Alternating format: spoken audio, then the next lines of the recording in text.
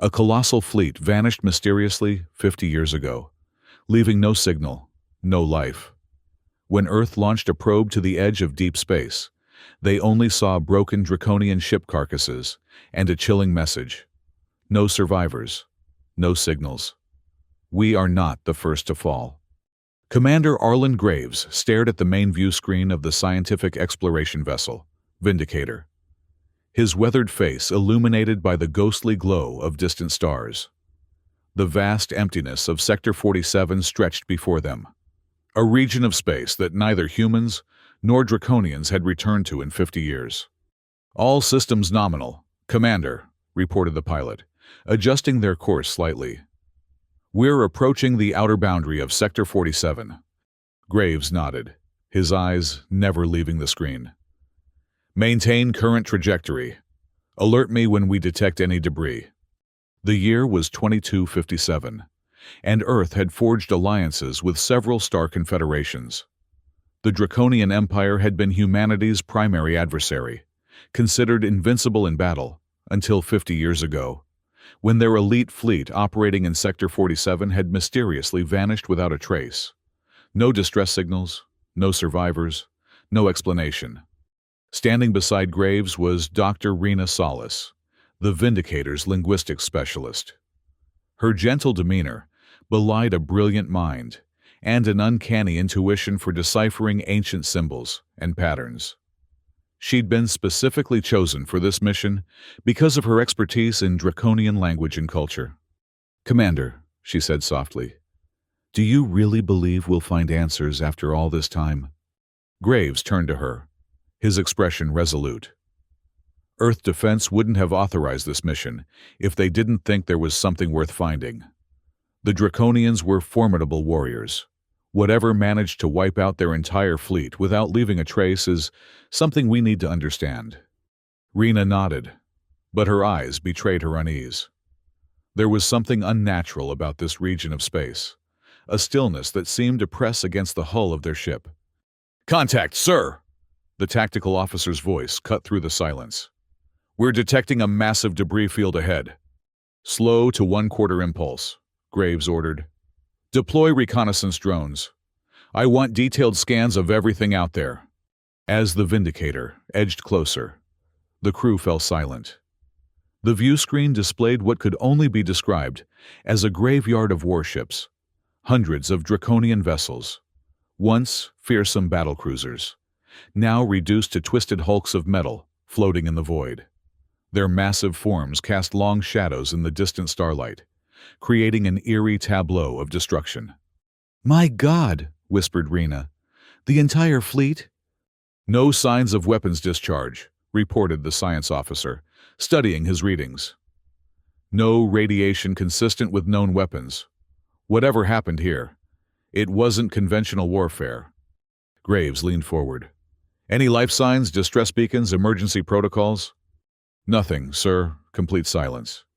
The reconnaissance drones transmitted images to the main screen, revealing the extent of the devastation.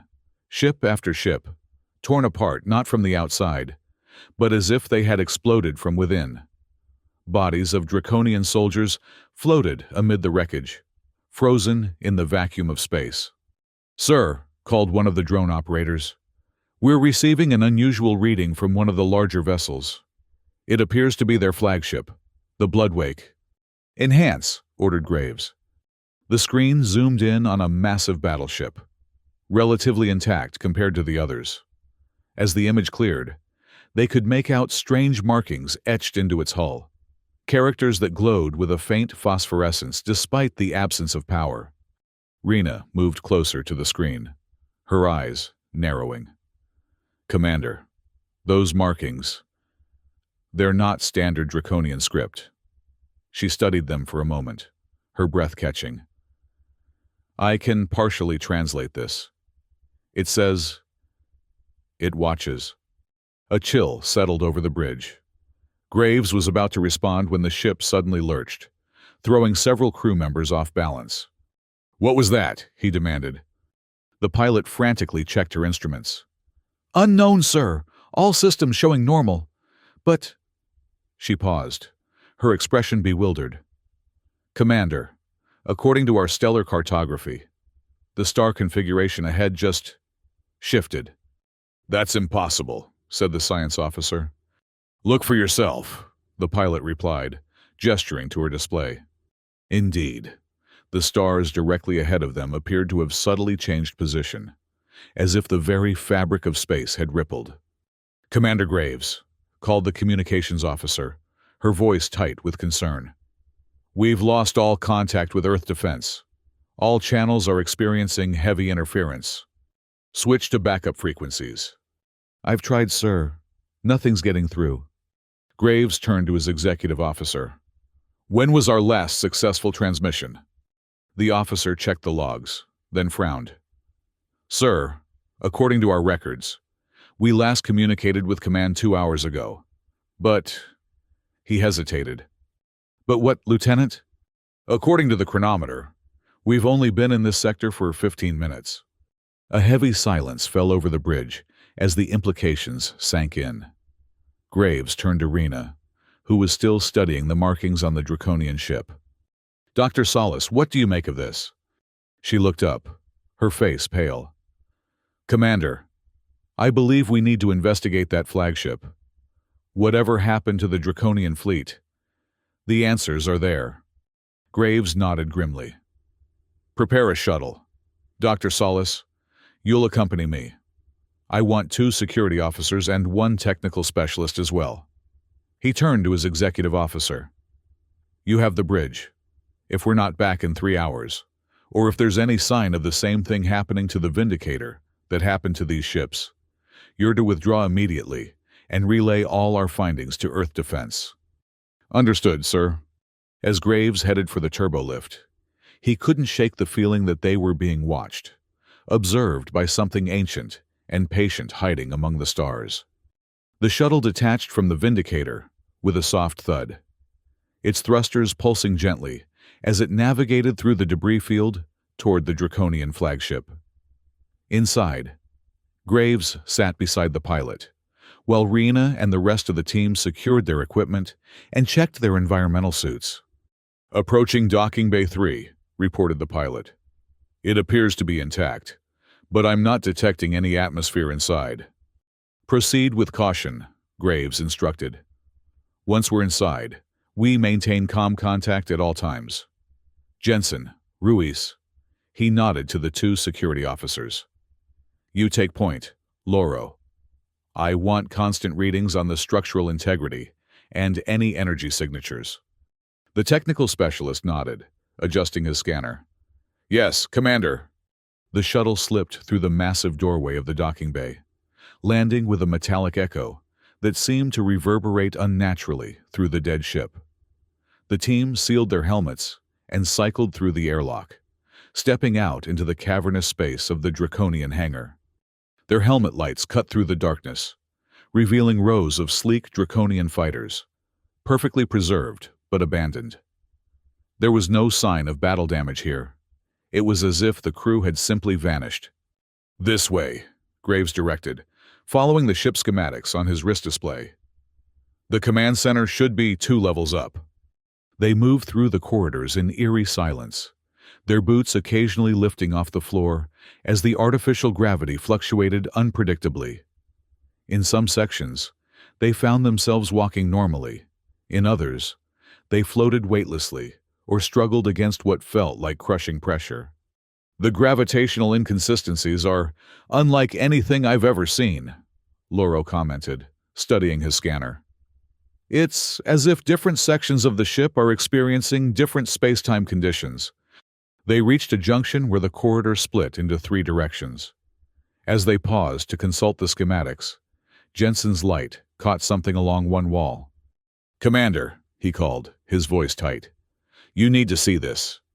The team moved closer, and their lights revealed a Draconian soldier, pressed against the wall, as if pinned there by an invisible force.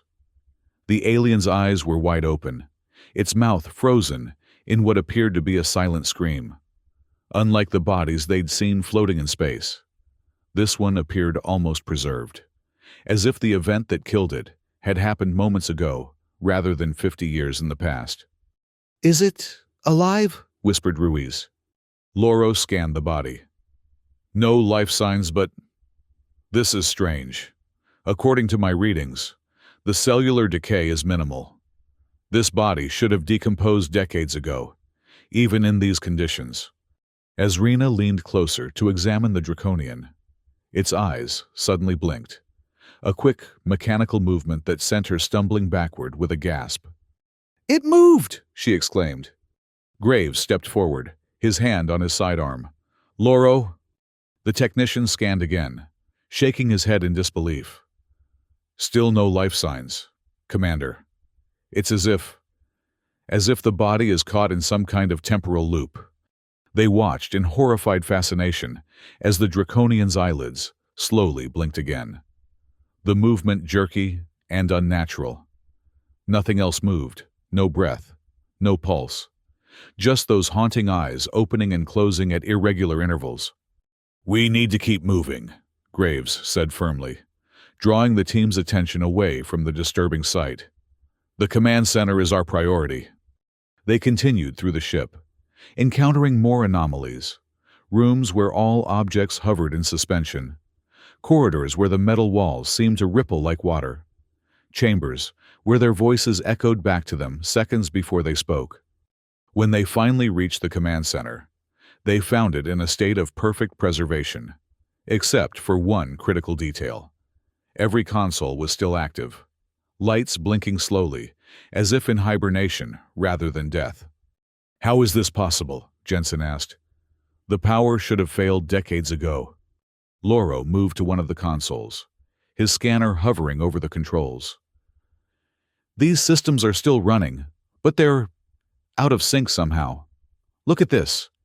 He pointed to a chronometer display that was counting backwards, the Draconian numerals slowly decreasing rather than increasing. "The log entries," Rena said, examining another console. "They're showing a warning message repeated over and over." She worked quickly to translate. "Chrono distortion detected." They knew something was happening to them, to time itself. Graves approached the central command station, where the captain would have stood. "Loro, can you access their visual records? I want to see what happened here." The technician nodded, working the alien controls with practiced ease. After several tense minutes, the main view screen flickered to life, displaying grainy footage of the Draconian command center, the very room they were standing in. The footage showed the Draconian crew at their stations, their movements efficient and disciplined. Then, without warning, the lighting changed, casting strange shadows that seemed to move independently of their sources. The crew began to look around in confusion, communicating urgently with one another. Suddenly, one of the officers turned on his comrade, attacking with unexpected violence. Then another joined in, and another, until the entire bridge crew was engaged in a frenzied battle with one another. Their eyes had changed, becoming vacant, almost glowing, as they tore at each other with savage intensity. And then, as abruptly as it had begun, the violence stopped. The Draconians froze in place for a moment, and then, one by one, they simply disappeared, fading from view like ghosts. The final frame showed the empty bridge, exactly as it appeared now, with a message flashing on the console in Draconian script. "We opened the eye. The eye opened us." Silence fell over the team as the recording ended. "What the hell did we just witness?" Ruiz whispered. Before anyone could respond, Graves' attention was drawn to something in the corner of the room, a metallic container that seemed out of place among the Draconian technology.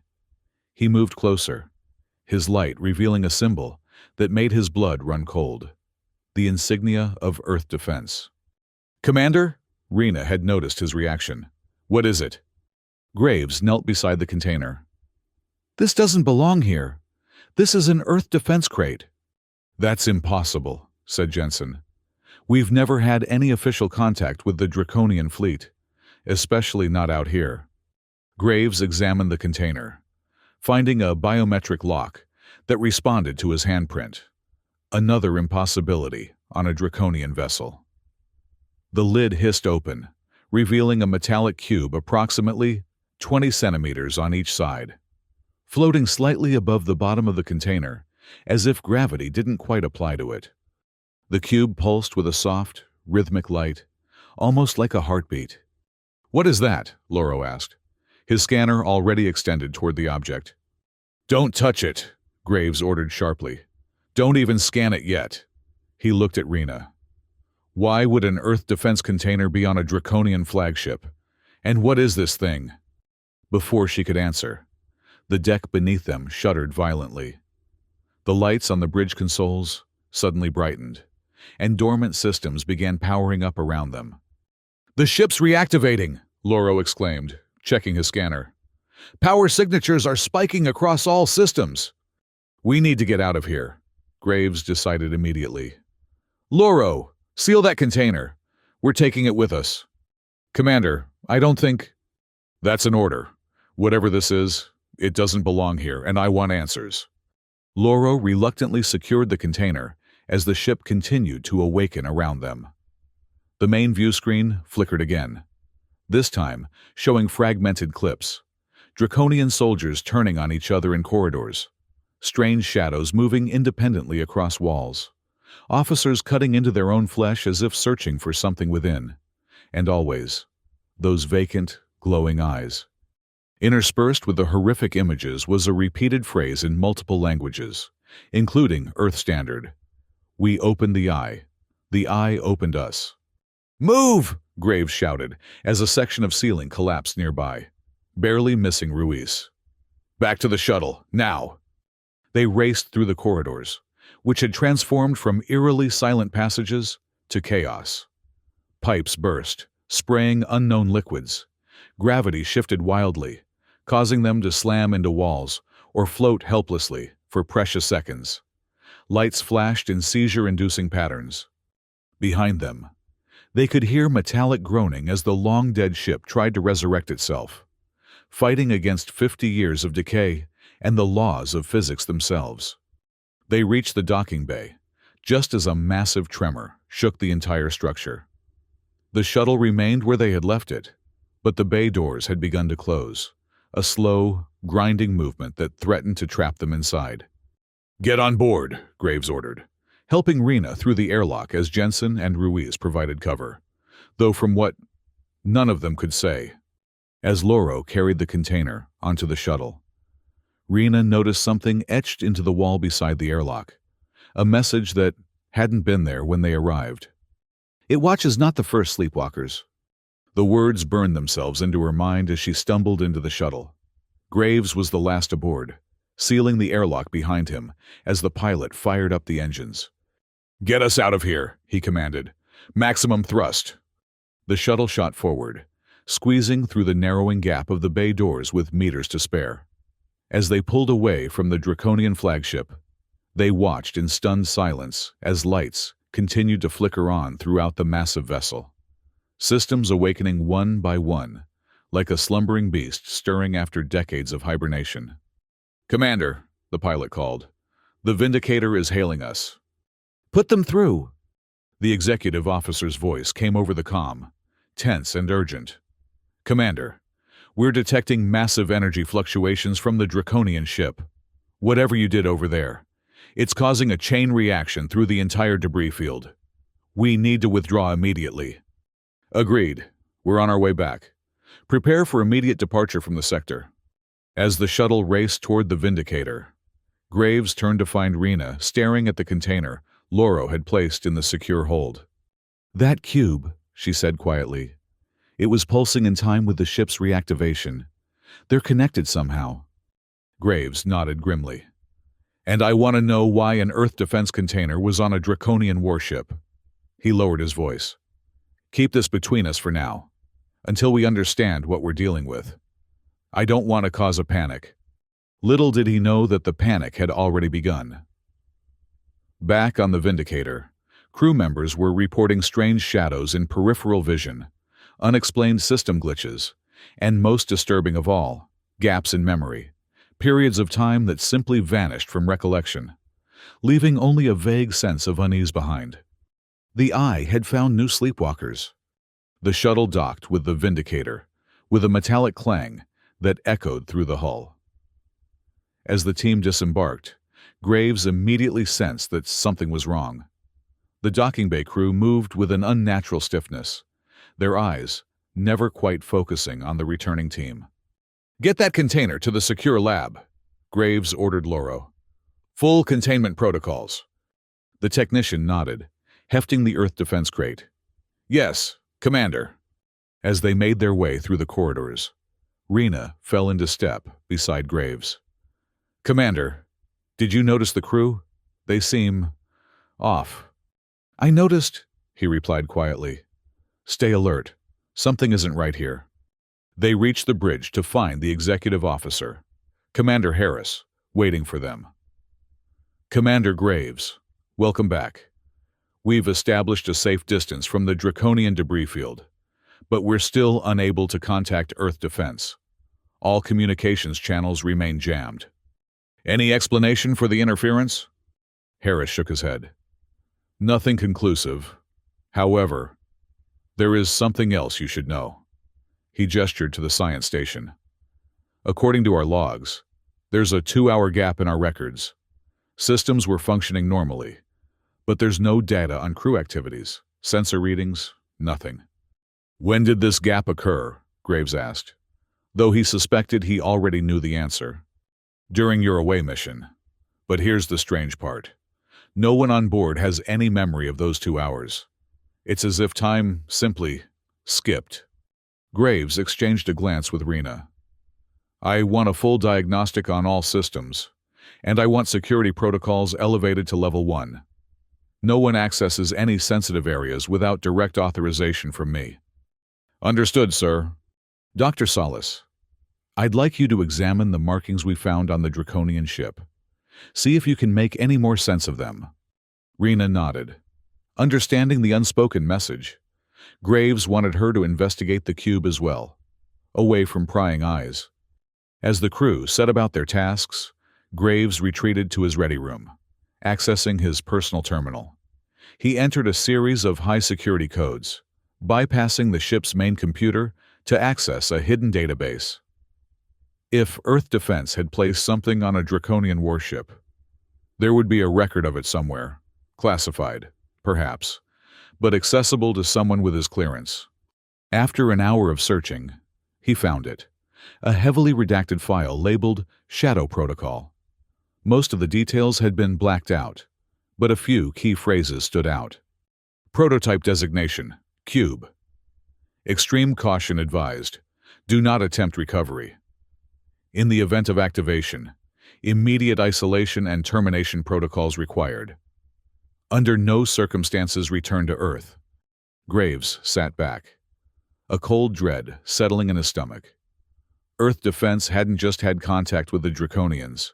They had deliberately given them something dangerous, something they now wanted to pretend had never existed. His comm unit chimed. "Graves here." "Commander, it's Loro. I've secured the container in the lab. But, sir, I think you should come down here. There's something you need to see." "On my way." Graves found Loro in the secure lab, staring at a computer display. The Earth defense container sat on a reinforced examination table, its lid open to reveal the metallic cube still floating inside, pulsing with that same rhythmic light. "What have you found?" Graves asked. Loro looked up, his expression troubled. "I was running a standard scan of the cube when I noticed something unusual in the ship's database. There's a file that wasn't there before, not in any directory I have access to." "Show me." The technician brought up the file on his screen. It was labeled simply Shadow Protocol, identical to the one Graves had found. "I didn't search for this," Loro explained. "It just appeared on my screen when I began scanning the cube. And there's more." He scrolled down to reveal additional text that hadn't been in Graves's version of the file. "Cube is not a weapon. Cube is a signal. Previous exposure resulted in complete personality override of test subjects. Subjects report hearing the voice between stars. All previous containment attempts have failed. Commander, Loro said quietly. "What have we brought on board?" Before Graves could respond, the lab's lights flickered, and for a brief moment, the cube's pulsing intensified, sending a wave of energy through the room that made both men stagger. "Lock it down," Graves ordered, steadying himself against the table. "Full quarantine. No one enters this lab without my express permission." As he turned to leave, the cube pulsed again, and this time, Graves could have sworn he heard a whisper, not with his ears, but somewhere deep in his mind. "You have brought me back again." Graves hurried through the corridors, making his way to the linguistics lab where Rena was working. As he moved, he couldn't shake the feeling that he was being watched, that eyes followed him from within the very walls of the ship. He found Rena hunched over her computer, surrounded by holographic projections of the markings they'd found on the Draconian vessel. "Dr. Solis," he said, closing the door behind him. "We need to talk." She looked up, her face pale with fatigue and stress. "Commander, I was just about to call you. I've made some progress with the markings." "Tell me." She gestured to the holographic displays. "They're not standard Draconian script, as I first thought. The characters share some similarities, but there are subtle differences that suggest they were written by someone, or something, attempting to mimic Draconian writing without fully understanding it." "Like a forgery?" "Exactly. But here's where it gets interesting." She brought up a new set of images. "I cross-referenced these markings with every known language in our database, and I found partial matches with something unexpected. Pre-Earth civilizations." "Pre-Earth? You mean ancient human cultures?" She shook her head. "No, Commander. I mean civilizations that existed on Earth before humans. Theoretical cultures that some fringe archaeologists believe existed millions of years ago but were wiped out, leaving only the faintest traces in the geological record." Graves frowned. "That's controversial territory, Doctor." "I know, but the similarities are undeniable." She pointed to specific characters. "These patterns match symbols found in deep excavations on Mars from the first colonies, approximately 1,000 years ago. The colonists found ruins predating human presence in the solar system by millions of years." "What does it mean?" "I think—" She hesitated. "I think whatever killed the Draconian fleet isn't something new. It's something very, very old. Something that's been encountered before." Graves told her about the Shadow Protocol files and what he and Loro had discovered. "A signal," Rena repeated thoughtfully. "Not a weapon, but a signal. Commander, what if the cube isn't designed to destroy? What if it's designed to call something?" "Like a beacon," Graves said, the realization dawning on him. "But calling what?" Before Rena could answer, the ship's alarm system blared to life. "Security breach in Laboratory Section 4, came the automated announcement. Unauthorized access detected." "That's the secure lab," Graves said, already moving toward the door. "Where the cube is." They raced through the corridors, joining security teams converging on the lab. When they arrived, they found the door sealed but showing signs of forced entry, not from outside, but from within, as if something had burst out rather than broken in. Graves entered his override code, and the door slid open to reveal chaos. Equipment had been smashed, tables overturned, and in the center of the room, the Earth defense container lay empty, its lid torn off. Loro was nowhere to be seen. "Find Loro," Graves ordered the security team, "and initiate a ship-wide search for the cube. Approach with extreme caution. Do not attempt to handle it if found." As the teams dispersed, Rena moved to one of the few intact computer terminals. "Commander, look at this." The screen displayed a security feed from moments earlier. It showed Loro working at his station when the cube's pulsing suddenly intensified. The technician turned toward it, his expression changing from curiosity to terror as shadows seemed to detach from the walls, swirling around him. Then, most disturbing of all, The shadows began to seep into him, through his eyes, his mouth, every pore, until he convulsed and collapsed. When he rose again, his movements were jerky, unnatural. He approached the cube, reaching for it with reverent hands.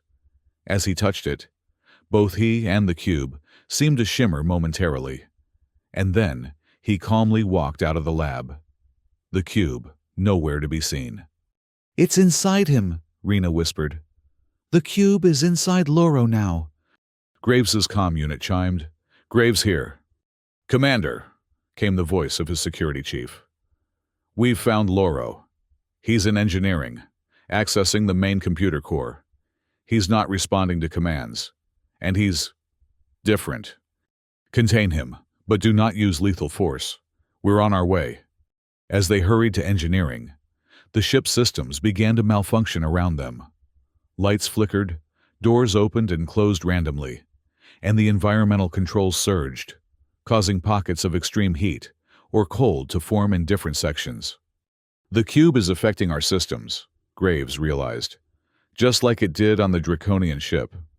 When they reached engineering, they found security personnel surrounding Loro, who stood before the main computer interface.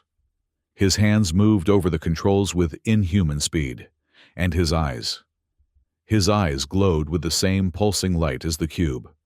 "Loro!" Graves called, stepping forward cautiously. "Can you hear me?" The technician turned, his movements fluid, yet somehow wrong, as if his body was being operated by someone unfamiliar with human physiology. "Commander Graves," he said, his voice overlaid with a strange harmonic quality. "We remember you."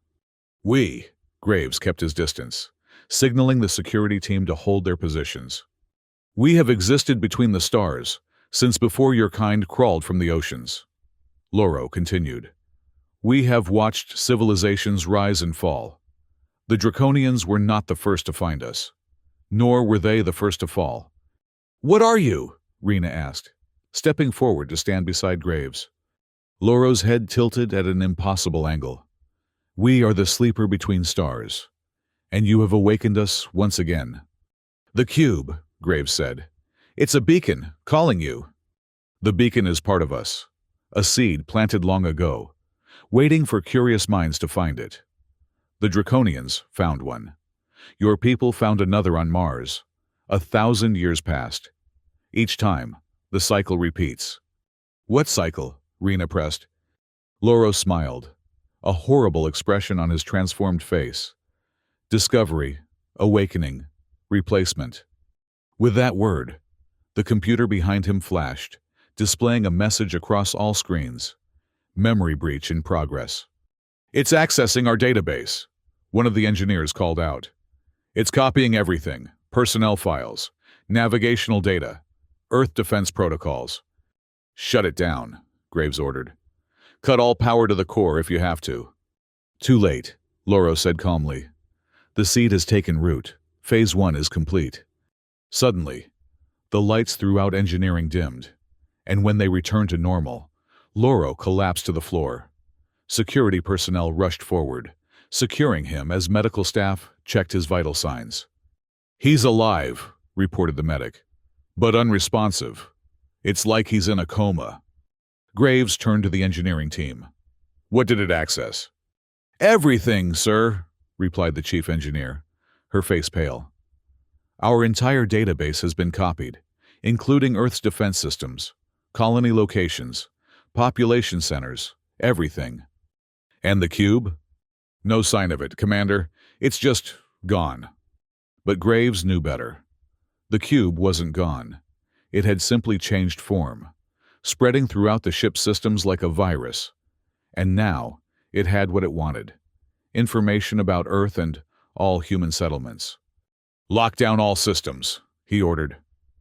"Nothing gets transmitted from this ship without my direct authorization, and I want every centimeter of this vessel searched until we find that cube." As the crew scrambled to comply, Rena pulled Graves aside. "Commander, if what the entity said is true, if this has happened before, then we need to find out what happened the previous times. The Mars colonies 1,000 years ago? There must be records. Graves nodded. Access the historical database. Look for any references to discoveries on Mars, especially anything that might have been classified or redacted. As Rena hurried off to begin her research, Graves couldn't shake the feeling that they were running out of time. The entity had said, Phase 1 is complete, which meant there was at least a Phase 2 coming. And somehow, he doubted they would like what that entailed. Hours passed as the search for the cube continued. Crew members reported strange occurrences throughout the ship. Shadows moving independently, equipment activating without input, and most disturbing of all, periods of lost time where individuals couldn't account for their actions. In the medical bay, Loro remained unresponsive, his vital signs stable, but his brainwave patterns unlike anything the doctors had ever seen. Complex, multi-layered, as if his mind was processing information at an impossible rate. Graves had just received another negative report from the search teams when Rena contacted him. "Commander, I've found something. You need to see this immediately." He found her in the ship's archive room, surrounded by holographic displays of ancient texts and images. "What have you got, Doctor?" She gestured to the displays. "I accessed the deep historical archives, focusing on Mars expeditions from the early colonization period. Most of the records were routine, but I found references to a classified incident in the year 1252 CE, approximately 1,005 years ago." She brought up a series of images showing excavations in the Martian soil, where colonial archaeologists had discovered ruins of non-human origin. Among the artifacts recovered was a familiar metallic cube. According to these records, the cube was brought back to the Mars colony for study. 3 days later, all communication with the colony ceased. When relief ships arrived, they found the entire population dead, except they hadn't been killed. They'd simply stopped, frozen in place, eyes open, hearts beating, but completely unresponsive. "Like the Draconian we found on the ship," Graves muttered. "Exactly. Earth authorities quarantined Mars and classified all information about the incident. But here's where it gets worse." She pulled up another document, this one heavily censored.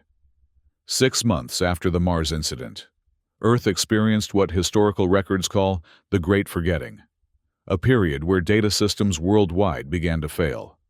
Records were altered or deleted, and people reported strange behavioral changes in their friends and family.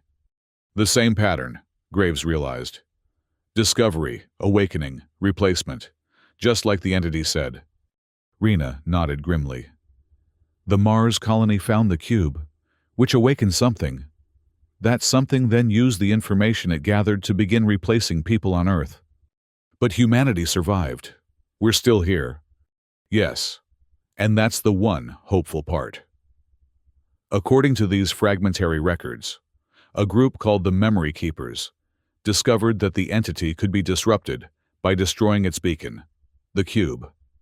They tracked it to a location in what was then called the Pacific Ocean and deployed some kind of weapon that neutralized it. So if we destroy the cube, we might stop the cycle from completing. But Commander, we have to find it first. Graves's comm unit chimed. "Graves here." "Commander," came the voice of Security Officer Jensen. "We've found something unusual in Cargo Bay 3. It looks like... well, sir, it looks like another crew member." "Explain." "It's Ruiz, sir. Or something that looks exactly like Ruiz. But Ruiz is also on duty at his station. We have 2 of them." Graves and Rena exchanged alarmed glances. "Secure both of them. We're on our way." When they arrived at the cargo bay, they found Jensen and his team standing guard over what appeared to be an exact duplicate of Security Officer Ruiz. The real Ruiz stood nearby, visibly shaken by the sight of his doppelganger. "It was just standing here," Jensen explained, motionless, staring at the wall. "When we approached, it didn't react at all." Graves studied the duplicate. It was perfect in every detail, down to the small scar on Ruiz's left cheek. But its eyes were vacant, unfocused, and it didn't seem to breathe. A replacement, Rena whispered. It was creating a replacement for Ruiz. But why leave it here, incomplete? Graves wondered. Maybe it was interrupted, Jensen suggested. Or maybe it's waiting for something.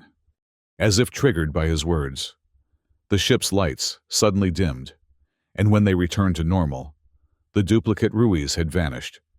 Where did it go? Graves demanded, looking around the cargo bay. Sir, called one of the security officers, pointing to a nearby console. Look at this. The screen displayed a ship-wide security alert. Foreign intelligence detected in main computer system. Memory breach escalating. Simultaneously, Graves's comm unit erupted with reports from all over the ship. Crew members were encountering duplicates of themselves and others, appearing and disappearing, seemingly at random. Systems were failing, and most alarmingly, several crew members had begun to exhibit the same behavior as Loro. Vacant expressions, glowing eyes, and speaking in that same harmonic voice about the awakening. It's spreading, Rena said, her voice tight with fear. The entity is creating copies of the crew, preparing to replace us all. Graves made a decision. We need to find the original cube. It's the source of all this, the beacon. If we destroy it, we might be able to stop the entity's expansion. But we've searched the entire ship, Jensen pointed out. If it's not here... It is here, Graves insisted. It has to be. The entity wouldn't abandon its primary connection to our reality. He turned to Rena. Doctor, you said the memory keepers found the cube in the Pacific Ocean. How did they track it? Rena thought for a moment. The records mention that the cube emits a unique energy signature, a pulse that exists partially outside normal spacetime. They developed a way to detect this pulse. Loro was monitoring the cube when it took him over, Graves recalled. His instruments might have recorded that signature. He tapped his comm. Bridge, this is Graves. I need a team to reconfigure our internal sensors to detect a specific energy pattern. Have them access Loro's research data from the secure lab. Yes, Commander. And put the ship on full lockdown. No one enters or leaves any section without authorization and escort. We don't know who's been replaced already. As the crew carried out his orders, Graves turned back to Rena. If we find the cube, how do we destroy it? The memory keepers use some kind of weapon. The records aren't specific, but they mention something about disrupting its temporal resonance. Whatever the cube is, it exists partially outside our normal time stream. That's why it causes those chronological distortions we experienced. So we need to create an inverse temporal field, Graves reasoned. Something that would cancel out its resonance pattern. Jensen looked between them. The warp core. If we modified it to generate a controlled temporal inversion, it might disrupt the cube's energy signature. That could work, Rena agreed. But we'd need to be precise. Too small. And it won't affect the cube. Too large. And we could damage the ship or even tear a hole in spacetime. It's a risk we'll have to take. Graves decided. Jensen, take a team to engineering and begin the modifications. Dr. Solis, work with them to calculate the exact parameters needed. What about you, Commander? Rena asked. Graves' expression hardened. I'm going to find that cube. The reconfigured sensors took less than an hour to implement, and soon the ship's computer was scanning for the unique energy signature of the cube. Meanwhile, the situation aboard the Vindicator continued to deteriorate. More crew members reported encountering duplicates, and others began to exhibit the telltale signs of the entity's influence. Vacant stares, strange harmonics in their speech, and most disturbing of all, gaps in their memory. Graves remained on the bridge, coordinating the search efforts while monitoring the growing crisis. The ship was effectively divided now, those who remained themselves, and those who had been affected in some way by the entity. Trust was evaporating as quickly as the affected population was growing. Commander, called the science officer. "I'm detecting the energy signature. It's moving through the ship." Location. Deck 7, Section 12. It's heading toward the auxiliary control room. Graves immediately understood the significance. It's trying to bypass our lockdown protocols. If it gains control of auxiliary systems, it could override our command functions. He gathered a team of security personnel who had been continuously monitored and showed no signs of influence, and they made their way to Deck 7. As they moved through the corridors, Graves couldn't help but notice how empty the ship seemed. Crew members had begun barricading themselves in their quarters or workstations, afraid of encountering duplicates or affected colleagues. When they reached Section 12, they found the auxiliary control room locked down, but the door showed signs of being tampered with from the inside. "Breach positions," Graves ordered, drawing his sidearm. "On my mark." The security team positioned themselves around the door, weapons ready. Graves entered his override code, and the door slid open to reveal a nightmarish scene. Inside, half a dozen crew members stood in a circle, their eyes glowing with that now familiar pulsing light. In the center of their circle hovered the cube, no longer metallic but seemingly transformed into pure energy, a writhing mass of light and shadow that pulsed in perfect synchronization with the affected crew's eyes. "Hold your fire," Graves commanded, stepping carefully into the room. "We don't want to harm our people if we can avoid it." The affected crew turned as one to face him, their movements fluid, yet unnatural. Among them, Graves recognized Jensen, who should have been in engineering working on the temporal inversion device. "Commander Graves," they spoke in unison, their voices layered with that eerie harmonic quality. "You continue to resist what cannot be resisted. The cycle has progressed to Phase 2. Replacement has begun." "What do you want?" Graves demanded, keeping his weapon trained on the floating cube of energy. "Why are you doing this?" "We have existed in the void between stars since before your kind evolved consciousness," they replied. "We watch, we wait, we learn.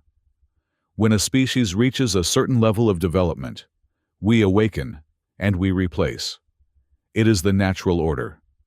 There's nothing natural about erasing someone's identity, stealing their body. Identity is an illusion. Memory is malleable. We do not destroy, we transform. Those we replace become part of us, their knowledge and experiences preserved in the collective."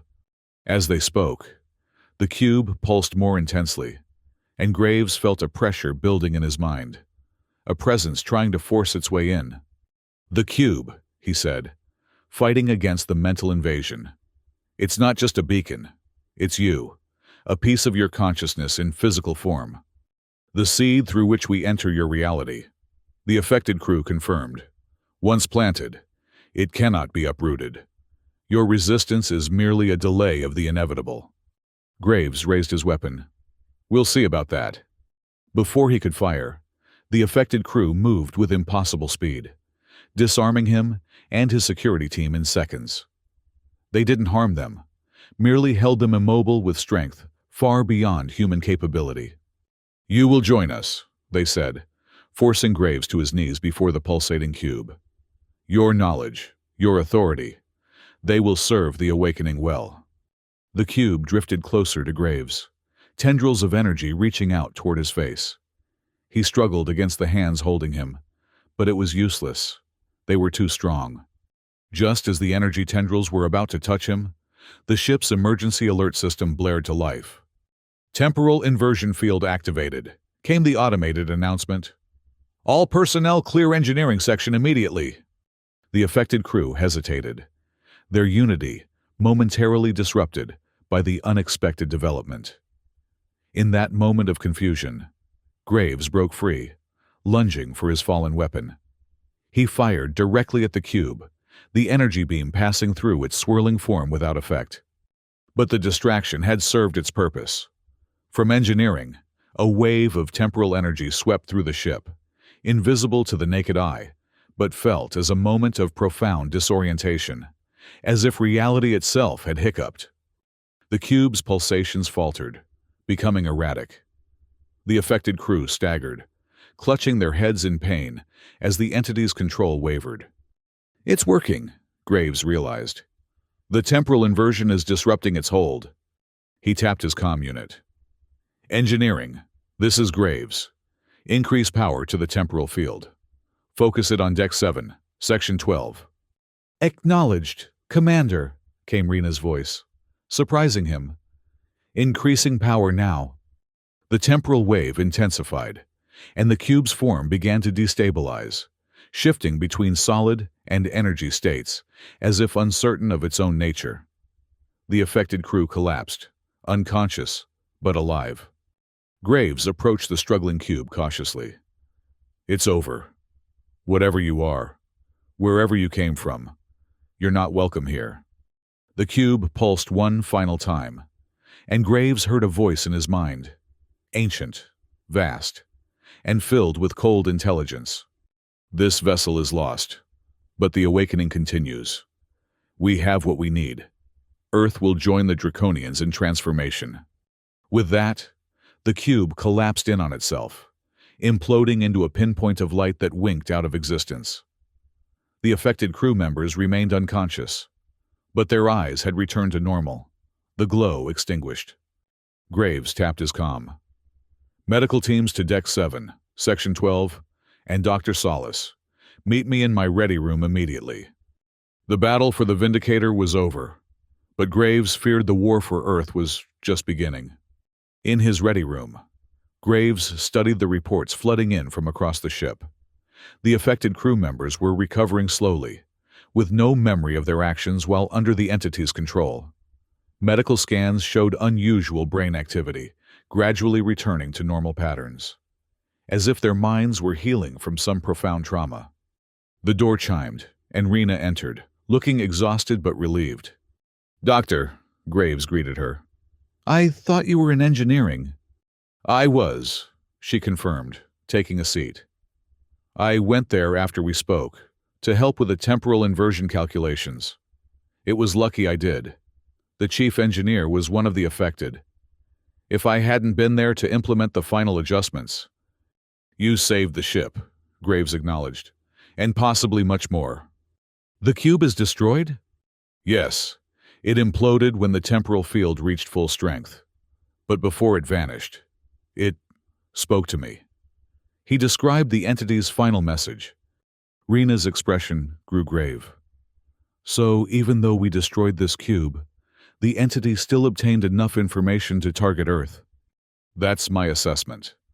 The question is, what do we do now? We're still unable to contact Earth Defense to warn them." "We need to reach the nearest subspace relay station," Rena suggested. "From there, we could send a priority message to all Earth colonies and outposts, warning them about the threat." Graves nodded. "The Epsilon array is closest. About 3 days at maximum warp." He tapped his console, bringing up a star chart. "But first, I want to make a detour." "Where?"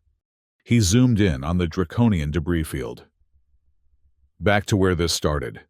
The entity mentioned a beacon node inside the Draconian flagship. If it's similar to the cube we destroyed, it might be the primary link between the entity and our reality." "You want to destroy it?" "If we can. It might be our best chance to disrupt whatever plans the entity has for Earth." Rena leaned forward. "Commander, if we go back there, we risk encountering more of those seeds. We barely survived this one. I know the risk, but now we know what we're dealing with, and we have a weapon against it, the temporal inversion field. We can modify it, make it portable." "A targeted temporal disruptor," Rena mused. "It could work. But who would go? After what happened here? The crew is traumatized." Graves met her gaze steadily. "I'll go, and I'll need volunteers. People we can verify haven't been compromised. Starting with you, Doctor, if you're willing." She didn't hesitate. "Of course, Commander." "Good. Assemble a small team. No more than 5 people. The mission is strictly voluntary, and I want complete transparency about the risks." As Rena left to begin preparations, Graves turned to the viewport, staring out at the stars. Somewhere out there, in the void between those distant points of light, something ancient and patient was watching, waiting to consume humanity, just as it had consumed the Draconians. Not if he could help it. The Vindicator approached the Draconian debris field cautiously, its sensors scanning for any signs of the energy signature associated with the cube. The ship remained at high alert, with security teams stationed throughout the vessel, and all crew members accounting for their movements and activities. In the shuttle bay, Graves checked the equipment for the away mission one final time. The portable temporal disruptor, essentially a miniaturized version of the device that had saved the ship, was secured in a reinforced case, along with various scanning devices and weapons. His team consisted of 5 volunteers. Rena, for her expertise in translating any markings they might find. Security Officer Ruiz, who had been thoroughly examined and cleared of any influence. Engineering Specialist Torres, to operate the temporal disruptor, and Medical Officer Chang, in case they encountered any survivors or affected personnel. Final checks complete, Torres reported. The disruptor is functioning at optimal levels. We should be able to generate a temporal inversion field with a radius of approximately 20 meters, enough to neutralize any cube-like objects we encounter. Good work, Graves acknowledged. Remember, our primary objective is to locate and destroy the beacon node. We get in. We complete the mission. We get out. No unnecessary risks. The team boarded the shuttle, and Graves took one last look at the Vindicator before the bay doors closed. If they failed, this ship and its crew would be humanity's last hope of warning Earth about what was coming. The shuttle detached and made its way through the debris field toward the Draconian flagship.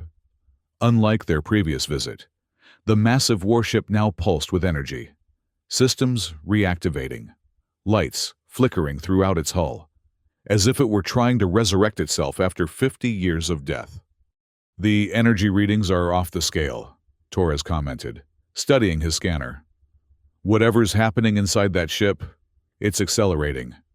They approached a different docking bay than before, one closer to the center of the vessel where their scans indicated the highest concentration of energy. That's our target, Graves said, pointing to a massive chamber deep within the ship. The core chamber, where the Draconians would have stored their most critical systems and historical records. And likely where they would have placed the beacon node, Rena added. The shuttle slipped into the docking bay, landing with a gentle thud. As they donned their environmental suits and prepared to disembark, Graves addressed the team one final time. Stay together. Maintain constant communication. If anyone experiences any unusual thoughts or sensations, voices, memory lapses, anything, report it immediately. They cycled through the airlock and stepped onto the Draconian ship. The corridors were transformed from their previous visit, no longer silent and abandoned, but humming with energy. Lights pulsed along the walls in patterns that seemed almost deliberate, as if sending coded messages. This way, Graves directed, following the scanner readings toward the core chamber. As they moved deeper into the ship, Rena noticed symbols etched into the walls, similar to those they had seen before, but more numerous and complex. Commander, she called, studying the markings. These weren't here during our last visit. They're appearing as we watch. Indeed, the symbols seem to be writing themselves onto the metal surfaces, glowing briefly before fading to a dull engraving. What do they say? Graves asked. Rena traced the patterns with her gloved hand, careful not to touch them directly. It's a mixture of languages, some Draconian, some ancient Earth dialects, and others I've never seen before. But the message is consistent. The footprints of pre-Earth entities. Pre-Earth, Torres repeated. Like the civilizations you mentioned. Rena nodded. These symbols suggest that whatever we're dealing with, this sleeper between stars, has visited our reality many times throughout history, long before humans evolved. They continued through the ship, following the increasing energy readings toward the core chamber. The gravitational anomalies were more pronounced now, forcing them to use magnetic boots to maintain contact with the floor in some sections, while in others, they had to fight against crushing pressure. Finally, they reached a massive doorway engraved with elaborate Draconian script, the entrance to the core chamber.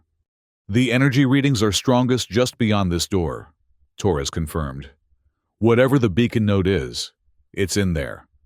Graves nodded to Ruiz, who placed breaching charges at strategic points around the sealed doorway. The team took cover, and with a controlled detonation, the ancient door gave way. Beyond lay a sight that took their breath away. A vast, cathedral-like space, dominated by a slowly rotating energy well at its center. Around this well, suspended in midair, were hundreds of Draconian data cores, storage devices containing the collective knowledge and history of their civilization. But it was what lay beneath the energy well that drew their attention. A massive, pulsating structure that resembled the cube they had encountered on the Vindicator, but on a scale 100 times larger. It wasn't solid, but rather a framework of energy, constantly shifting and reforming, like a three-dimensional blueprint being continuously redrawn. "The beacon node," Graves breathed. "It's enormous," Chang said, her voice hushed with awe and fear. "The temporal disruptor. Will it be powerful enough?" Torres checked his readings. "If we place it directly inside the node's energy matrix, yes. But someone would have to get close enough to set it up." "I'll do it," Graves decided immediately. "The rest of you maintain position here. If I'm not back in 5 minutes, return to the shuttle and get back to the Vindicator." "Commander," Rena protested, "the risk is necessary," he finished for her. "We have one shot at this. I'm not risking anyone else." Before they could argue further, Graves took the temporal disruptor from Torres and began making his way across the chamber toward the beacon node. As he approached, he felt a strange resistance in the air, as if reality itself was becoming thicker, more viscous. The node pulsed faster as he drew near, and whispers filled his mind. Countless voices speaking in languages he didn't understand, yet somehow conveying emotions of anticipation and hunger. Another sleepwalker approaches, another vessel to fill. Graves gritted his teeth and pushed forward, fighting against both the physical resistance and the mental pressure of the entity's presence. "You cannot stop what has already begun. Earth calls to us now. The replacement accelerates." "Not if I have anything to say about it," Graves muttered, reaching the edge of the energy well. Looking down, he could see the beacon node's core, a swirling vortex of impossible colors. Neither light nor darkness, but something that seemed to exist between the two. It was hypnotic, beautiful in its alien complexity, and for a moment, Graves felt himself being drawn toward it, not physically but mentally, as if his consciousness was being pulled from his body. With a supreme effort of will, he broke the connection, activating the temporal disruptor. The device hummed to life, generating a field that distorted the very fabric of space-time around it. Setting timer for 2 minutes," he reported over the comm. "That should give us enough time to clear the ship before detonation." "No." The voice in his mind was no longer a whisper, but a thunderous command that made Graves stagger. The beacon node pulsed violently, and tendrils of energy lashed out, wrapping around the temporal disruptor, trying to pull it away from him. Graves held on desperately, but the force was too strong. The device was torn from his grasp, hovering above the energy well as the tendrils began to crush it. "No!" Graves lunged forward, reaching for the disruptor, but a wave of energy slammed into him, sending him flying backward. He landed hard, his environmental suit absorbing most of the impact, but still leaving him dazed. As his vision cleared, he saw the temporal disruptor still hanging above the energy well. Its casing cracked, but its core still active, the timer still counting down. 1 minute, 40 seconds. "Commander!" Rena's voice came over the comm. Are you all right? I'm fine, he managed, struggling to his feet. But the disruptor's been compromised. We need to get out of here now. The team began retreating toward the entrance. But as they reached the doorway, they found their path blocked by a horrifying sight. Dozens of Draconian soldiers, their bodies preserved, but their eyes glowing with that familiar pulsing light. The entity is animating the dead, Ruiz realized, raising his weapon. Hold your fire, Graves ordered, joining them. We don't need to fight. We just need to hold them off long enough for the disruptor to detonate. 1 minute, 10 seconds. The possessed Draconians advanced slowly, moving with the jerky, unnatural gait of puppets controlled by an unskilled master. Behind them, the beacon node pulsed frantically, as if sensing its impending destruction. You cannot escape. You will join us. As the Draconians joined us. As Earth will join us. Commander, Torres called, pointing to his scanner. Something's happening to the node. Graves looked back to see the beacon node changing, its energy framework solidifying into a more defined shape, a massive version of the cube, but with intricate patterns covering its surface. It's trying to stabilize itself, Rena said. To become immune to the temporal disruption. 45 seconds. We need to distract it, Graves decided.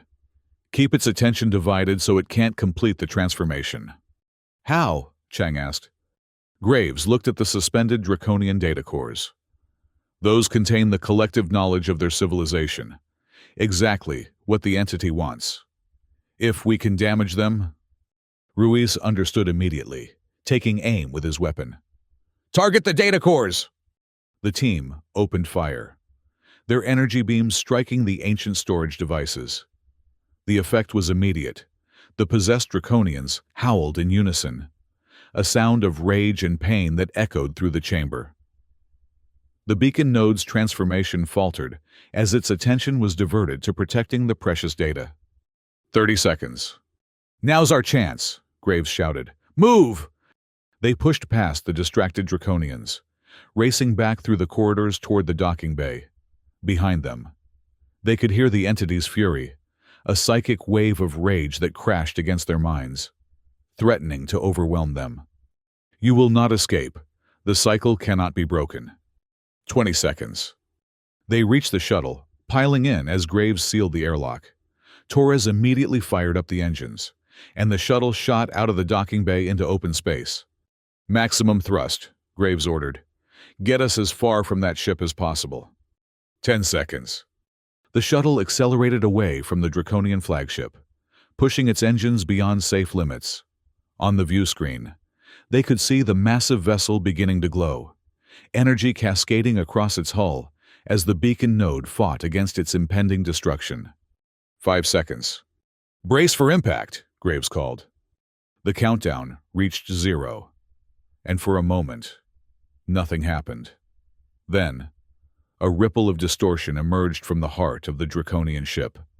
Not an explosion of fire and debris, but a wave of temporal energy that bent light and space around it. The flagship seemed to fold in on itself, sections of the hull appearing to age centuries in seconds, while others reversed to pristine condition. The distortion spread, catching other debris in its effect, creating a surreal tableau of time flowing in multiple directions simultaneously. At the center of it all, the beacon node imploded, collapsing into a singularity that vanished, with a final pulse of energy that washed over the shuttle, causing systems to flicker momentarily before stabilizing. And then, silence. Where the Draconian flagship had been, there was now only empty space, as if it had never existed at all. "We did it," Rena breathed, staring at the view screen in awe. "The beacon node is destroyed." Graves nodded, but his expression remained grim. "One node, yes. But the entity said Earth calls to it now. I fear we may have won the battle, but not the war." They returned to the Vindicator, which had maintained a safe distance from the temporal event. As soon as they were aboard, Graves ordered the ship to set course for the Epsilon array at maximum warp. "We need to warn Earth," he told his executive officer. Whatever the entity has planned, it's already in motion. For 3 days, the Vindicator raced toward the subspace relay station, pushing its engines to their limits. During that time, Graves and Rena worked tirelessly, compiling all the information they had gathered about the entity, the cubes, and the beacon nodes into a comprehensive report. They included everything: the Shadow Protocol files, the ancient records from Mars, their encounters on the Draconian ship, and most importantly, instructions for creating temporal disruptors that could neutralize the entity's seeds. "Do you think it will be enough?" Rena asked as they finalized the report. "Even if we warn them, will they believe us? Will they act in time?" Graves wished he could offer reassurance, but the truth was, he didn't know. "We have to try. It's all we can do." When they finally reached the Epsilon array, Graves transmitted their report on all frequencies, tagging it with the highest priority codes he had access to. They waited anxiously for confirmation that the message had been received and relayed to Earth. What they got instead sent a chill through the entire crew. "Commander," called the communications officer, her voice shaking. "I'm receiving strange transmissions from Earth and the colonies." "Put them on screen," Graves ordered. The view screen flickered to life, showing news broadcasts, official announcements, and personal communications, all displaying subtle but unmistakable signs of the entity's influence. News anchors with slightly vacant expressions reporting on system upgrades and memory optimization protocols. Government officials announcing new identity verification procedures that involved neural scans. Personal messages from people describing how they felt more connected and part of something greater after undergoing these procedures. Most disturbing of all was a broadcast from Earth Defense Headquarters, where Admiral Kwan, Graves' superior, addressed the public with eyes that pulsed almost imperceptibly with that now familiar light. Citizens of Earth and the colonies, we are pleased to announce the successful implementation of Phase 2 of the Shadow Protocol. Memory integration is proceeding as planned, and we anticipate full replacement within the month. Those who have already undergone the procedure report feelings of profound peace and belonging. To those still waiting, your time will come. We are all one beneath the stars. Graves sank into his chair, a cold dread settling over him. "We're too late. It's already begun." "Phase 2, Rena whispered. "The entity said the cube on our ship had completed Phase 1, gathering information. Phase 2 must be the actual replacement process." "But how?" Chang asked. "We destroyed both the cube and the beacon node." "There must be more seeds," Graves realized. The entity said it had placed them throughout the galaxy, waiting to be found. Earth must have discovered another one, either recently or in the past. They watched in horror as more broadcasts came in, showing the systematic transformation of human society. It wasn't violent or chaotic. That was perhaps the most terrifying aspect. It was orderly, efficient, almost gentle in its methodical erasure of human individuality. "What do we do now, Commander?" his executive officer asked, voicing the question on everyone's mind. Graves stared at the screen, watching as humanity willingly surrendered itself to an ancient entity that had already consumed countless civilizations before it. The odds seemed insurmountable, but surrender wasn't in his nature. "We fight," he said simply. "We still have the knowledge to create temporal disruptors. We know the entity's weaknesses. And most importantly, we're still ourselves, our memories intact, our identities our own." He stood, addressing the entire bridge crew. "I won't lie to you. The situation is dire. Earth has fallen, and the colonies are following. But humanity has faced extinction before and survived.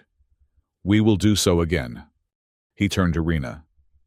"Dr. Solace, I need you to compile everything we know about the temporal disruptor technology into a format that can be easily understood and replicated. We'll transmit it to every ship, every outpost, every individual communications device we can reach." "And then?" she asked.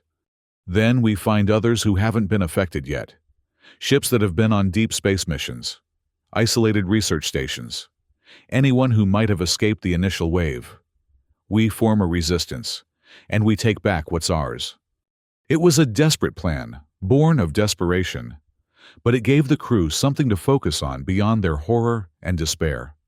As they set to work, Graves recorded one final message, a warning to any who might receive it. "To all those who still remember who they are, you are not alone. What has happened to Earth, to the colonies, has happened before to other civilizations throughout history. An entity that calls itself the Sleeper Between Stars has begun replacing humanity with copies, perfect in form but empty of the spark that makes us who we are. But there is hope. The entity can be fought. Its seeds, metallic cubes that serve as beacons, can be destroyed with temporal disruption technology. I am attaching the specifications to this message.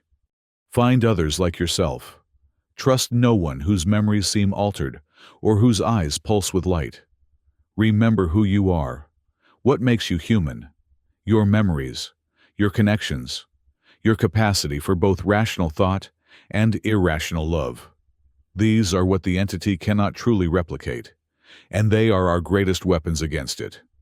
This is Commander Arlen Graves of the Earth vessel, Vindicator. If you receive this message, you are the Resistance now. May we meet again among the stars, as ourselves." As the message was transmitted, Graves stood at the viewport, gazing at the stars. Somewhere out there, the entity watched and waited, confident in its victory.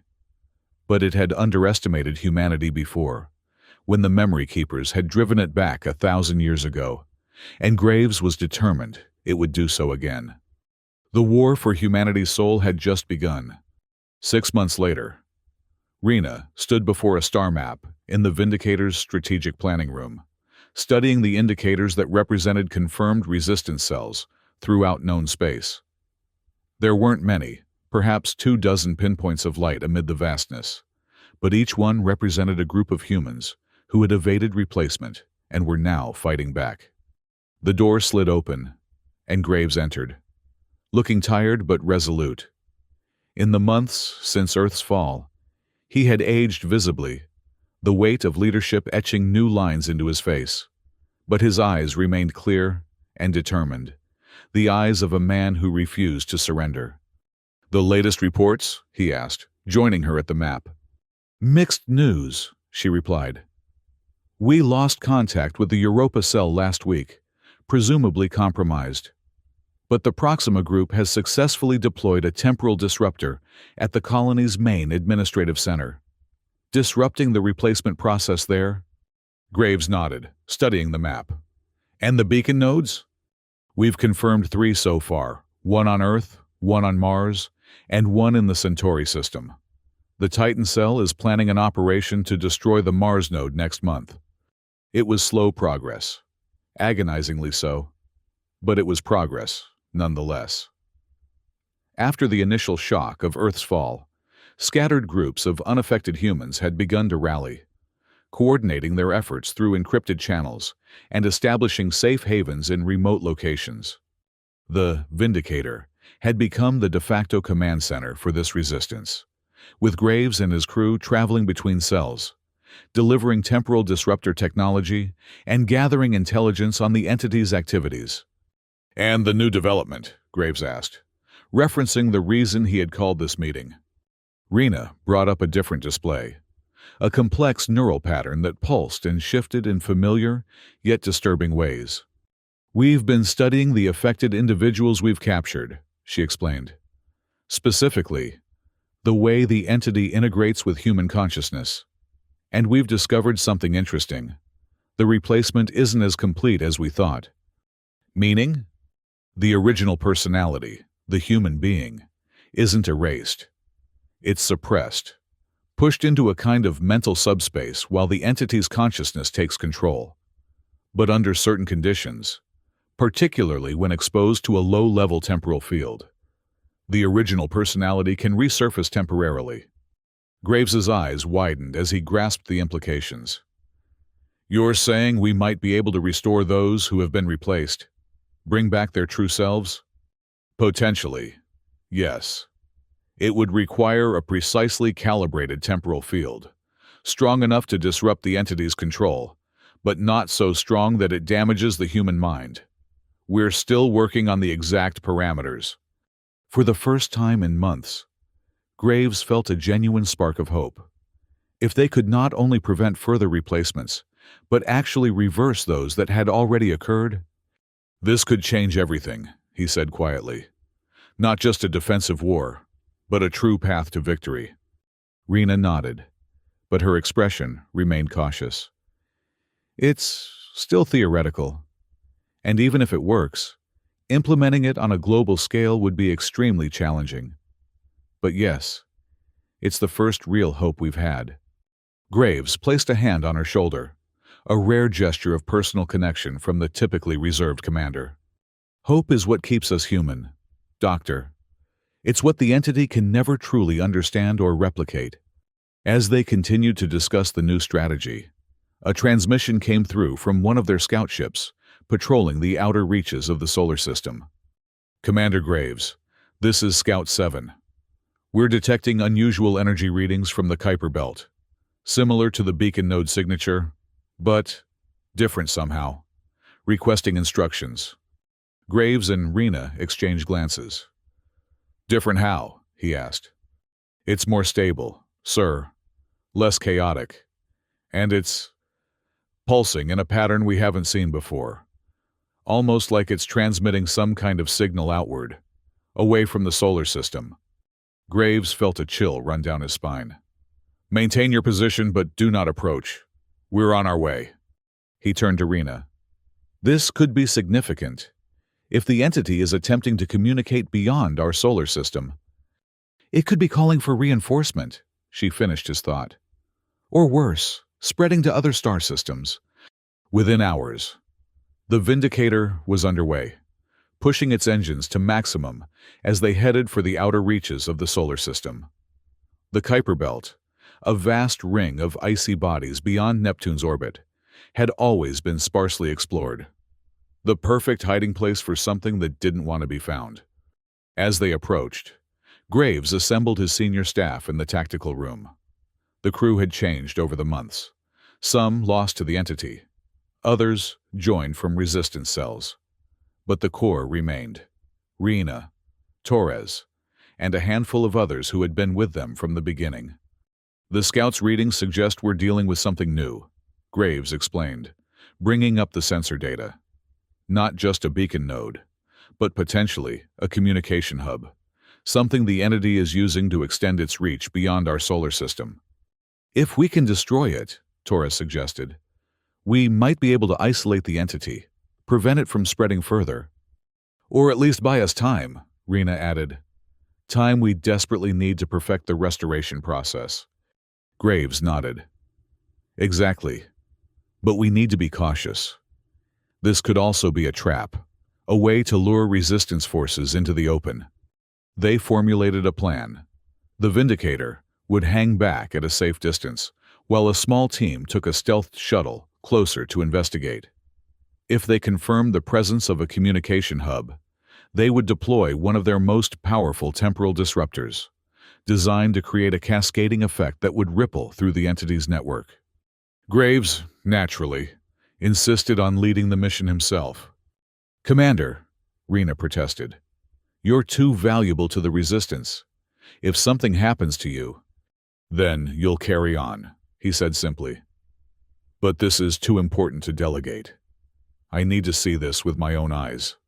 In the end, a team of 4 was selected. Graves, Rena, Torres for his technical expertise, and Ruiz for security. They boarded the shuttle under the watchful eyes of the remaining crew, each understanding that the mission could well determine the future of humanity's struggle against the entity. The shuttle detached from the Vindicator and engaged its stealth systems, becoming nearly invisible against the backdrop of space. As they navigated through the scattered ice bodies of the Kuiper Belt, The readings grew stronger, a pulsing energy signature unlike anything they had encountered before. "There," Torres said, pointing to a scanner. "That structure on the surface of that dwarf planet." The view screen zoomed in on a massive installation built into the icy surface of a Kuiper Belt object approximately 500 kilometers in diameter. Unlike the organic, shifting forms of the beacon nodes, this structure was geometric and precise. A vast hexagonal complex with a central spire that reached up toward the stars. "That doesn't look like the entity's technology," Graves observed. "It's too ordered." "Human design," Rena agreed. "Or at least, built by humans under the entity's control." Torres continued scanning. "The energy signature is coming from the central spire. It's generating some kind of... I don't even have words for it. It's like a tunnel through space-time, directed toward a specific point outside our solar system." "A wormhole," Graves suggested. "Similar, but more stable. Less like a tunnel and more like a bridge." They set the shuttle down a safe distance from the installation, donning their environmental suits before venturing onto the frozen surface. The landscape was alien and beautiful, crystalline ice formations catching the distant sunlight, creating prismatic reflections across the barren terrain. As they approached the hexagonal complex, they were struck by its scale. Each wall stood at least 50 meters high, constructed from a material that resembled steel, but absorbed light rather than reflecting it. "No guards," Ruiz noted, sweeping the perimeter with his scanner. "No defense systems that I can detect." "They don't need them out here," Graves said. "Who would find this place under normal circumstances?" They found an entrance, a simple airlock built into one of the hexagonal walls. It cycled open at their approach, as if expecting visitors. "I don't like this," Torres muttered. "It's too easy." "Stay alert," Graves ordered as they stepped through the airlock into the complex. Inside, they found pristine corridors lit by a soft blue glow that seemed to emanate from the walls themselves. The air was breathable but cold, hovering just above freezing. Most striking was the silence, a complete absence of sound, except for their own movements. They followed the energy readings toward the center of the complex, where the spire connected to the ground. Along the way, they passed laboratories and living quarters, all immaculately maintained but empty of people. "Where is everyone?" Rena wondered aloud. They got their answer when they reached the central chamber. The massive space was dominated by a column of swirling energy that rose from the floor to the ceiling, the base of the spire they had seen from outside. Around this column stood dozens of human figures, completely motionless, their eyes open but unseeing, arms extended toward the energy as if in offering. "They're connected to it somehow," Torres whispered, scanning the nearest figure. "Their neural patterns are synchronized with the energy pulses." Graves approached one of the figures, a woman in what had once been an Earth Defense uniform, her rank insignia identifying her as an admiral. Her eyes pulsed with that now familiar light, but there was something different about it. A steadiness, a purpose that the affected humans they had encountered before had lacked. "These aren't just drones," he realized. "They're conduits. The entity is using them to focus and direct the signal." Rena studied the energy column, careful not to get too close. "Look at the patterns in the energy flow. It's not just sending a signal. It's sending information. Vast amounts of it." "The sum total of human knowledge," Torres suggested. "Everything the entity has absorbed from Earth and the colonies." "But sending it where?" Graves wondered. "And why?" The answer came from an unexpected source, the Admiral whose vacant eyes suddenly focused on Graves with terrifying clarity. "To the others," she said, her voice layered with that harmonic quality they had come to associate with the entity. "To those who wait between the stars." Graves took an involuntary step back. "Others? There are more of you?" A smile spread across the Admiral's face, an expression that didn't belong there, as if someone else was puppeting her features. "We are many. We are ancient. We have consumed civilizations beyond your comprehension, and now we consume yours." "Why?" Rena demanded. "What purpose does this serve?" "Purpose?" The Admiral tilted her head, the movement unnaturally fluid. "Existence is purpose. Expansion is purpose. We were here before your sun burned. We will be here long after it dies." As she spoke, the other figures began to turn toward the team, their movements synchronized, their eyes fixed on the intruders. "We have waited patiently for you," the Admiral continued. "The last untouched minds, the final pieces of the puzzle." Graves realized with horror what was happening. "It's a trap. They knew we would come." "Commander," Torres warned, "the temporal disruptor. We need to use it now." But as he reached for the device, the figures moved with impossible speed, surrounding the team in seconds. Graves found himself unable to move, held in place by an invisible force as the Admiral approached him. "Your resistance has been instructive," she said, studying him with those glowing eyes. "A valuable data point in our understanding of human tenacity, but ultimately futile." "You underestimate us," Graves growled. "Humanity has faced extinction before. We've survived worse than you." The Admiral laughed, a sound like glass breaking. "Have you?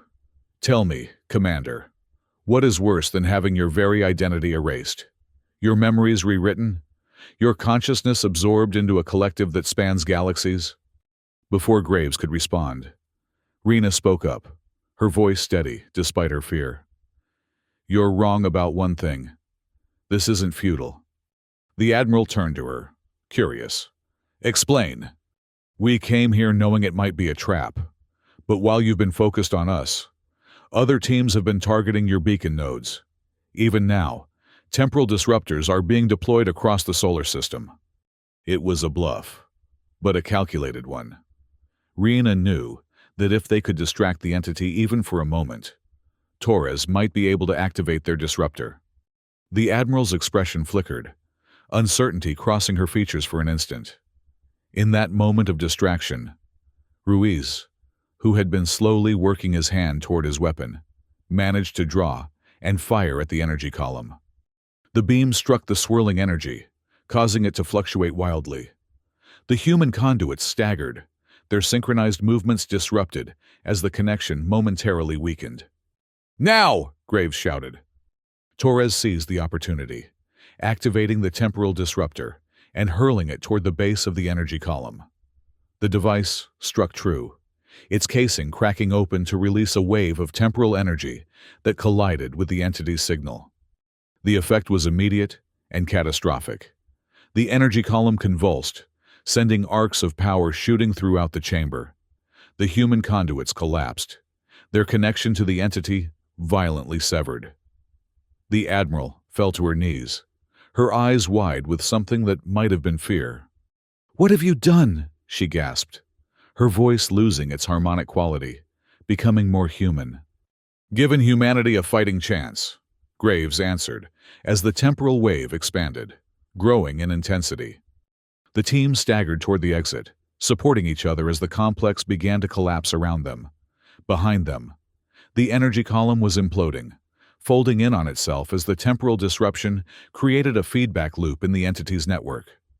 They barely made it back to the shuttle, launching just as the hexagonal complex crumbled into the icy surface of the dwarf planet. From orbit, they watched as the spire toppled, its connection to whatever lay beyond the solar system severed. "Did we do it?" Torres asked, checking his readings. "Did we cut off its communication?" "Temporarily, at least," Graves confirmed. "But more importantly, we've proven something critical. The entity can be hurt. Its network can be disrupted." As they returned to the Vindicator, Rena worked feverishly to analyze the data they had gathered from the installation.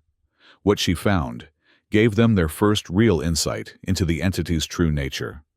"It's not a single consciousness," she explained to Graves in his ready room.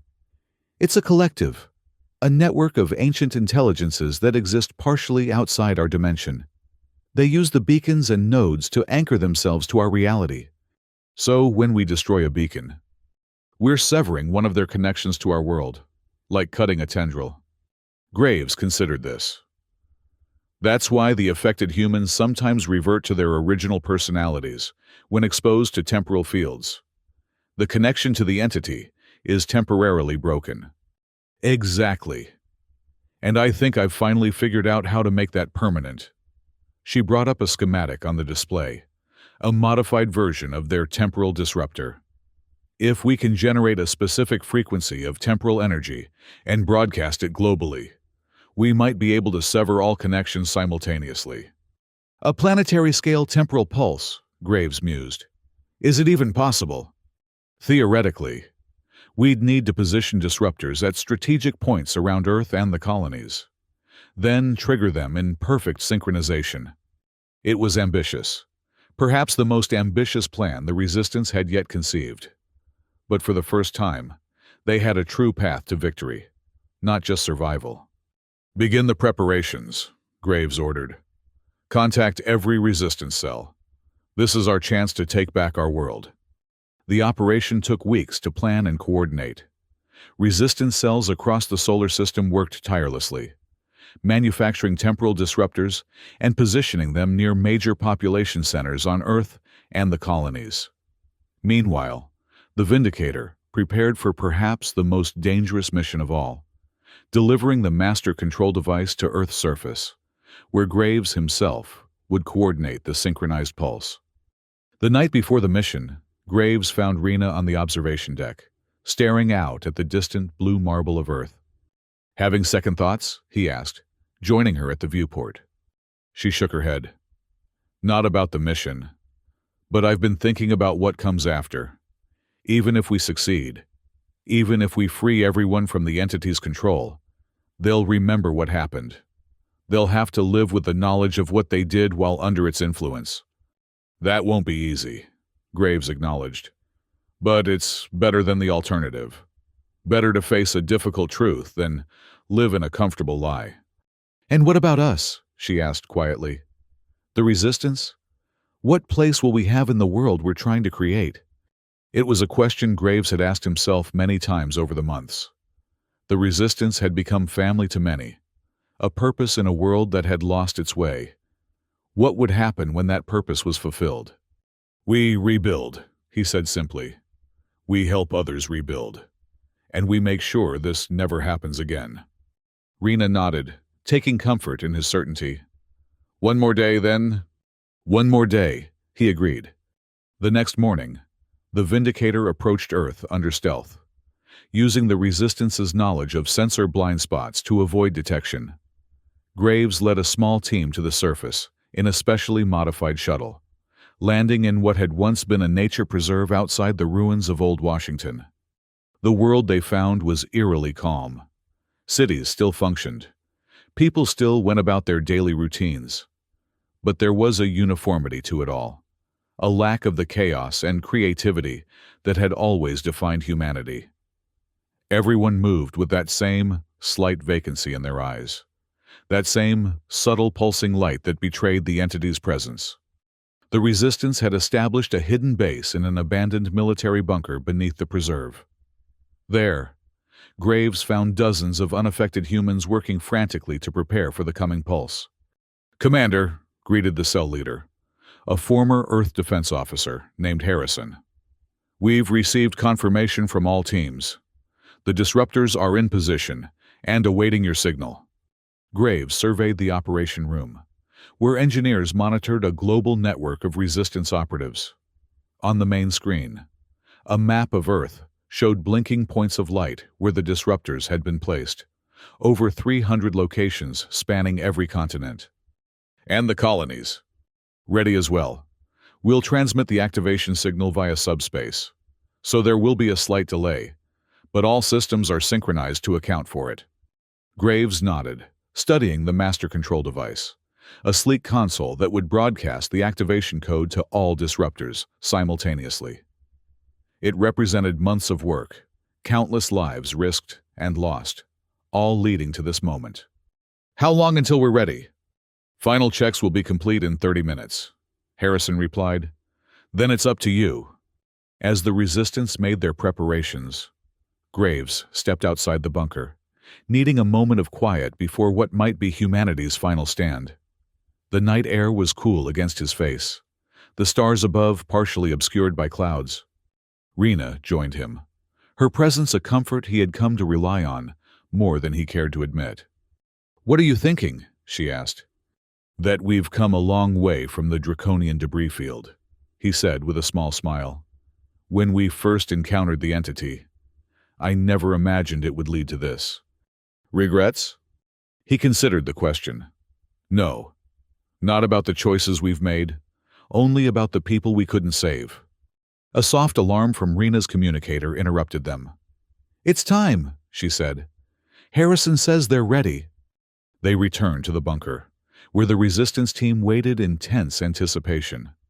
The master control device had been activated, its display showing a countdown to the synchronized pulse. "All disruptors report ready," announced the communications officer. "Resistance cells standing by." Graves took his position at the main console, his finger hovering over the activation switch. "On my mark, 3, 2, 1. He pressed the switch. For a moment, nothing seemed to happen. Then, across the globe, the disruptors activated in perfect synchronization, each generating a temporal field that spread outward in an expanding wave. As these fields met and overlapped, they created a planet-wide pulse of temporal energy, invisible to the naked eye, but felt as a moment of profound disorientation by everyone on Earth.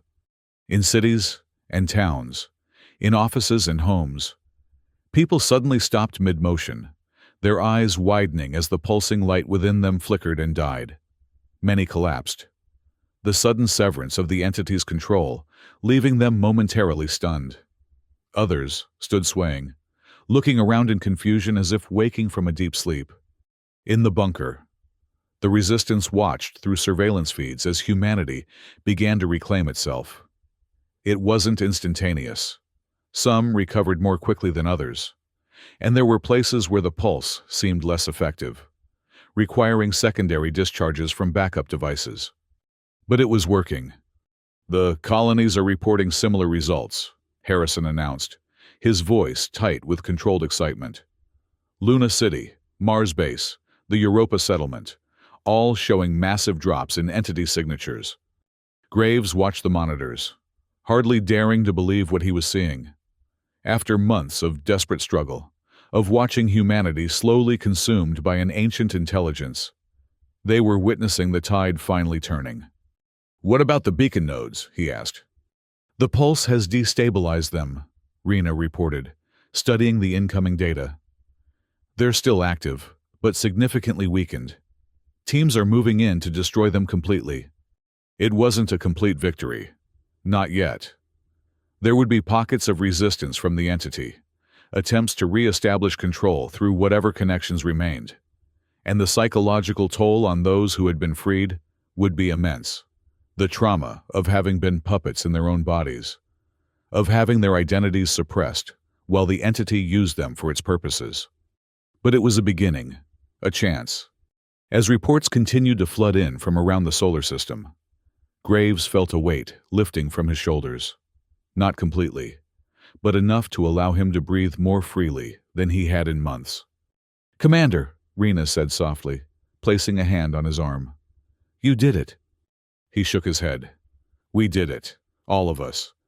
In the days that followed, humanity began the long process of recovery. As people regained their sense of self, they had to confront the reality of what had happened, what they had done while under the entity's control. Some couldn't bear it, retreating into denial or despair. Others faced it head-on, determined to make amends and rebuild. The resistance, once a scattered collection of survivors, now found itself at the center of the recovery effort. Their knowledge of the entity, their experience with temporal technology, and most importantly, their unbroken spirits made them natural leaders in a world struggling to find its way back to normalcy. Graves established a new headquarters in what had once been Earth Defense Command, coordinating the final destruction of the entity's remaining footholds. Teams of specialists equipped with temporal disruptors systematically eliminated every trace of the beacon nodes, ensuring the entity could never again gain a foothold in human space. Meanwhile, Rena led efforts to help those still suffering from the psychological effects of the entity's control. Her gentle approach and deep understanding of the entity's methods made her uniquely qualified to guide people through the trauma of having been replaced. 6 months after the Great Pulse, as it came to be known, Graves stood on the balcony of the headquarters, looking out over a city slowly coming back to life. The vacant uniformity was giving way to color and chaos again. Street vendors, impromptu music, the messy vibrancy that had always defined humanity. Rena joined him, taking a place by his side as she had so many times before. "The last beacon node has been destroyed," she reported. "The one in the Centauri system. It's finally over." Graves nodded, allowing himself to accept this truth after so long. "And the long-range scans? No sign of any communication attempts from beyond the solar system. If the entity is still out there, it's lost its connection to us, at least for now." They stood in comfortable silence, watching the sunset paint the city in gold and crimson. The rebuilding would take years, perhaps decades. The scars left by the entity would never fully heal. But humanity had endured, had fought back from the brink of extinction, not with weapons or technology alone, but with the very qualities the entity had sought to erase: individuality, memory, the stubborn refusal to surrender what made them human. "What will you do now?" Rena asked eventually. "With the immediate threat gone, Earth Defense will be reorganizing. They'll offer you any position you want." Graves considered the question.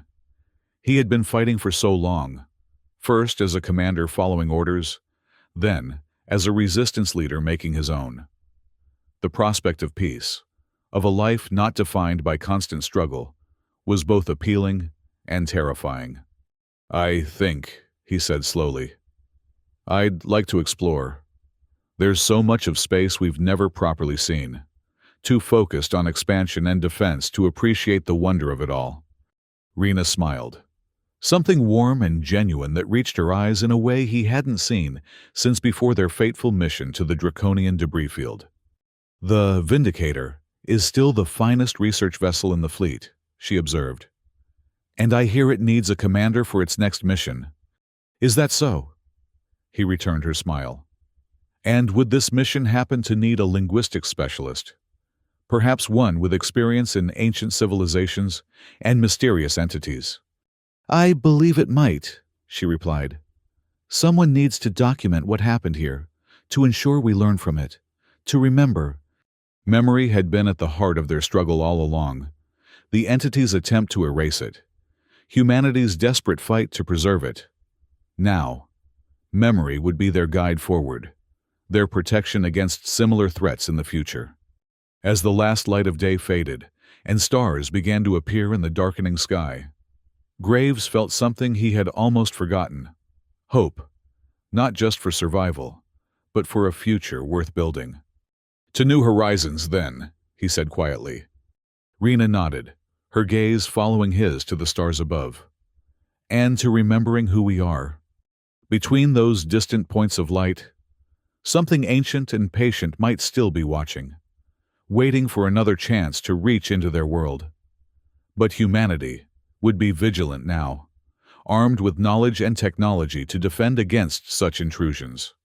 And most importantly, they would remember the value of individual consciousness, the strength found in human connection, and the price of forgetting." The stars above them seemed to pulse faintly, but this time, it was merely the atmosphere distorting their light, natural, familiar, safe. For now, at least, humanity had reclaimed its place beneath those stars, not as sleepwalkers serving an alien intelligence, but as themselves, flawed, fractious, and gloriously free. As Rena had said in those final moments aboard the Draconian flagship, staring at the star map, "We've saved the physical world, but has humanity's soul truly survived?" Looking at the city below, at people reconnecting, rebuilding, remembering. Graves finally had his answer. Yes, battered and scarred, but stronger for it. Humanity's soul had survived, and whatever waited between the stars would find them ready.